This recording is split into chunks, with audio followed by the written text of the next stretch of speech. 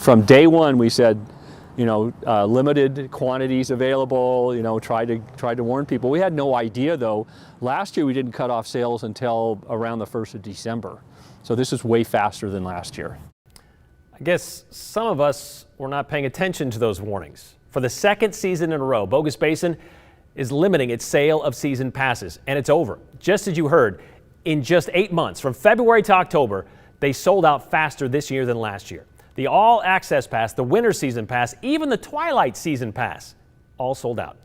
So for those of us who waited too long, we're left with waiting for those weekly releases of weekend passes, which will happen every Wednesday prior.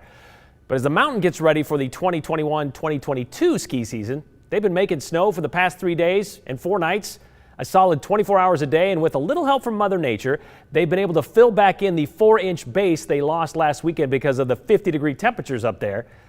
They plan to open the terrain park this weekend for free, and then hopefully get enough snow on the ground to open more of the mountain by Thanksgiving Day.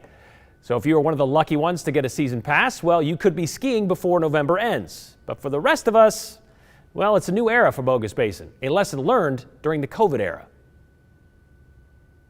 But what we did learn last year is if we do keep the numbers down on our season pass sales, particularly on those peak days, we can control the overall experience and make it more positive.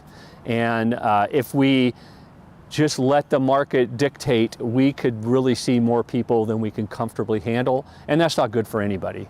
And as a nonprofit, we don't have those pressures of making the most money as we possibly can, so we can dial it back a little bit and try to provide a better experience. You're going to hear the grumblings of the people like, oh, this isn't how it used to be. Yeah. It used to be we could just go up and whenever and season passes, but things are different now. Well, you used to be able to buy a house for $250,000 too.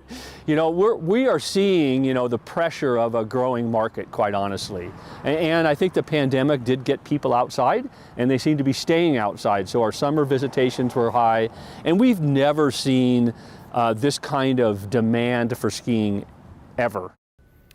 Like ever. Brad Miller says they're seeing that demand all over the country. So what is that magic number on the hill? Well, Brad says it's about 6,000 people. That's the comfortable carrying capacity, as he called it. That has to do with the weight and the lift lines, but also it has a lot to do with parking. They don't want people to drive up and have to turn around because there's no place to park. In fact, he said there were 4 days during the 2019-2020 season when that happened, when they parked out. They had about 7,000 people trying to use the mountain those days, and they've tried to alleviate that by putting in parking lot cameras, so you can check the capacity before you decide to head up. They're also putting up reader boards at the bottom of the hill to let you know if the parking is full or not. There is one other way to get a season pass, though. Get a job on the mountain. Bogus is hosting a job fair tomorrow from 12 to 4, and those jobs, they come with a free season pass and even transportation to and from the top.